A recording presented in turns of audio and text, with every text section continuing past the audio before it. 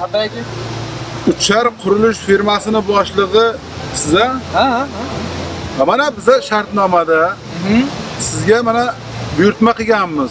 20 ga 30 o'lchamda ichida 8 ta xona, bir sauna basseyni bilan 3 qavatli keyin plastik eshik romlar o'rnatilgan bino buyurtma qilganmiz.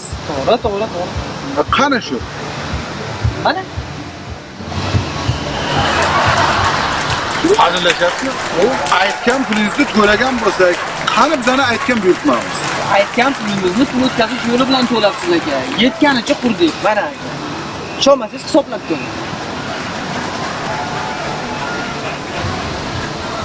Mana plastik oyna romlar, mana bemalol qabul qilib olaverasiz. Ishonmasangiz hisoblab ko'ring.